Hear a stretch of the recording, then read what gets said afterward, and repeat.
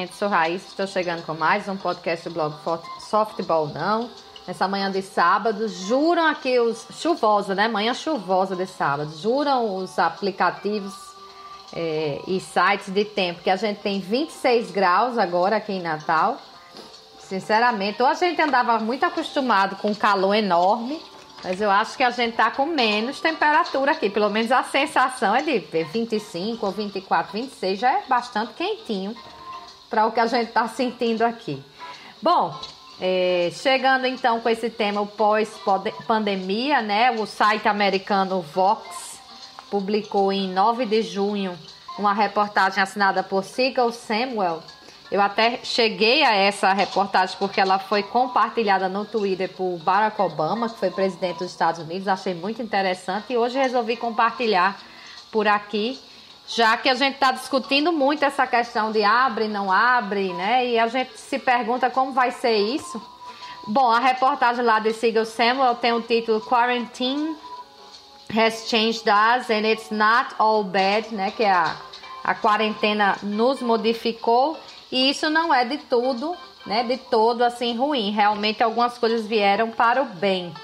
Lá nessa reportagem, então, ele aborda exatamente o que a gente está vivenciando aqui, que apesar da pandemia ser essencialmente negativa, obviamente, pela doença, pelas mortes, né?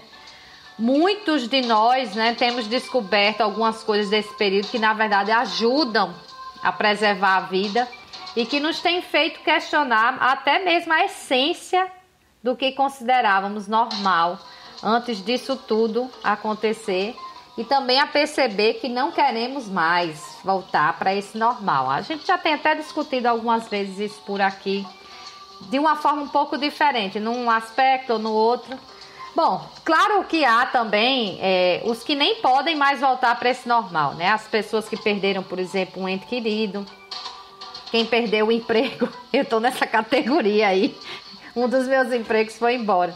Aos que seguem também num ritmo alucinante, né? Que não mudaram para pior nessa pandemia, que é o caso dos trabalhadores essenciais. Aqui em Natal, por exemplo, a gente ainda está vivendo uma greve de ônibus. E os que vão seguir, de certa forma, com esse isolamento, né? Vão seguir, de certa forma, isolados por um bom tempo ainda. Como é o caso dos idosos, né, das pessoas que têm a imunidade comprometida, porque mesmo com a abertura a gente sabe que as coisas não estão normais, a gente continua com o vírus circulando. Vejam que essa pandemia trouxe até esse uso de máscaras e até isso levou ao isolamento, por exemplo, dos surdos, que tanto precisam da visualização dos lábios para a compreensão da comunicação, e a gente até vê de vez em quando alguém sugerindo um formato de máscara que corta, né, a parte da boca, assim, um pedaço da máscara para ser de um plástico transparente, para que os surdos consigam visualizar e a comunicação não fique comprometida. Bom, esses são vários aspectos que mostram que, enfim, mudamos. Mas voltando ao questionamento, né, do normal, do que é o normal. Trabalhadores, por exemplo, cuja função definiam suas vidas, né, que viviam para trabalhar, agora se perguntam para que toda aquela corrida por produtividade e se vale a pena medir seu valor pela hipercompetitividade tão em alta no capitalismo de antes da pandemia. As coisas mudaram agora, isso a gente tem certeza, ninguém sabe se vai seguir. Mas hoje está todo mundo se perguntando isso, né? Por que a gente corria tanto? Para que a gente corria tanto, né? O que antes, por exemplo, fazia alguém ser visto como bem-sucedido, na verdade trazia e traz, hoje a gente vê isso, sofrimento, tanto emocional quanto físico. Né? As doenças aí que a gente somatiza, o estresse e tudo, e passa a ter muita doença.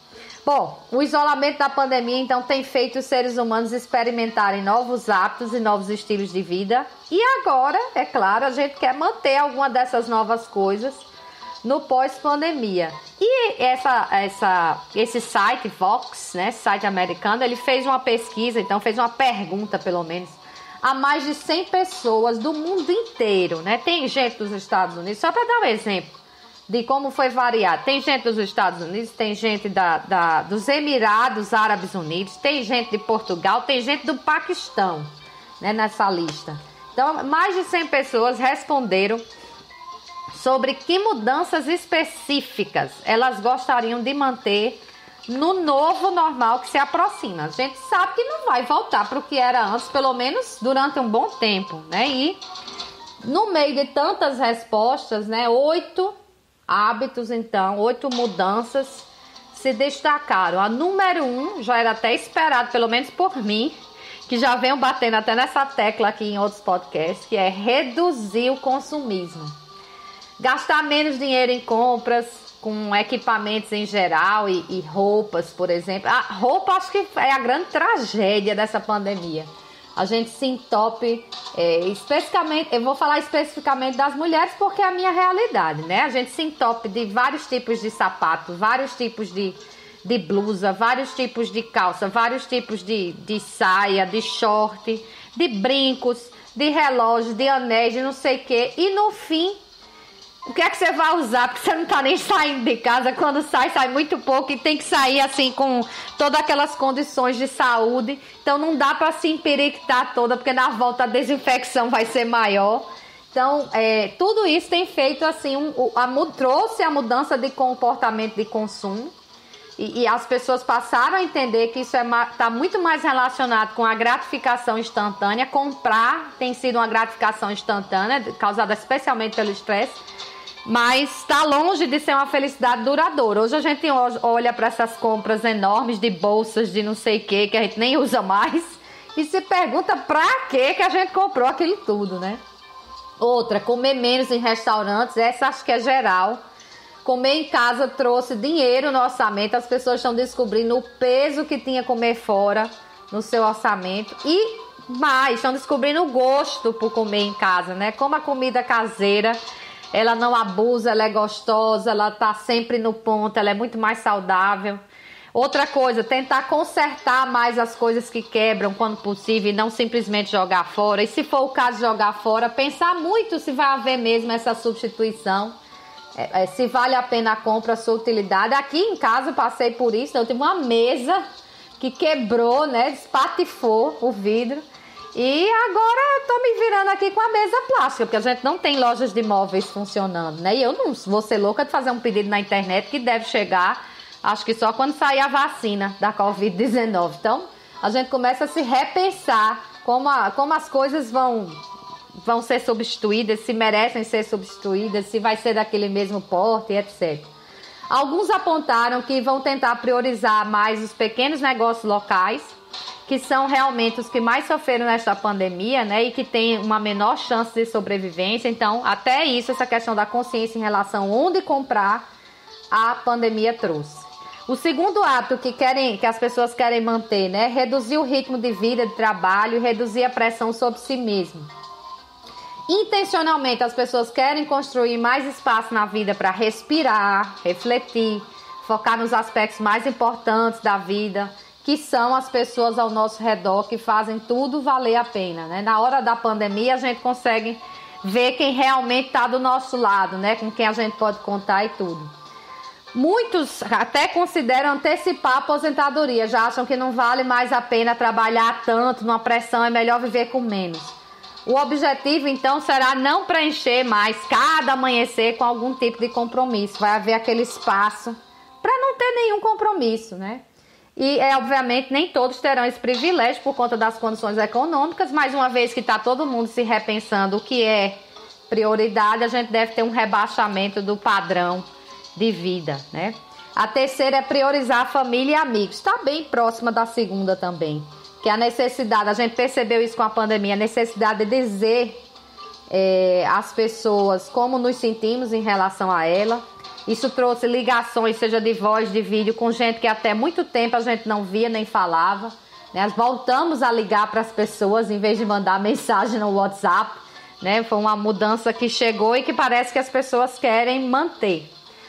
A quarta mudança, né, o ativismo e atuação ética no mundo altamente interconectado, né? As doações para causas de caridade, a gente vê um aumento disso, as pessoas estão engajadas nisso, em olhar para quem precisa, e saiu até pesquisa aqui no Brasil mostrando que quem mais doa é quem menos tem, Quem mais precisou do auxílio, por exemplo, emergencial do governo, pessoal de favela, é quem mais fez doação para quem estava precisando. Então, isso parece ser uma coisa que as pessoas querem manter e a gente espera que mantenham. A preocupação também com a redução do rastro de carbono, do meio ambiente, que a gente sabe que essa pandemia é também desequilíbrio ambiental. E o engajamento no ativismo político, a gente não precisa nem dizer isso, porque está aí no mundo, né? Por causa de um movimento nos Estados Unidos, explodiu no mundo aí os protestos contra o racismo e a brutalidade policial. Então, isso as pessoas querem manter, esse ativismo. Em quinto, exercitar-se diariamente. Sem poder sair de casa, né? Muita gente descobriu, né? Arranjou a atividade física como a desculpa perfeita para uma saidinha diária. Eu vi gente que não fazia, dá um prego na barra de sabão, agora sai pedalando a cidade toda, né? Com a melhora do sono, né? Do funcionamento cerebral, do humor que a atividade esportiva causa. Esse novo hábito, enfim, parece ter chegado para ficar, porque a gente sempre tem aquelas resoluções de ano novo, eu vou fazer mais atividade física. Agora chegou, né, o momento, então espero que realmente as pessoas consigam manter. O sexto hábito é cozinhar, comer mais vegetais e plantar legumes, né? Começou com pão, a gente via aí a onda nas redes sociais de foto de gente fazendo pão, né? Mas se estendeu para tudo na cozinha, as pessoas começaram a se arriscar na cozinha para bolo, para sobremesa, para comida em geral mesmo.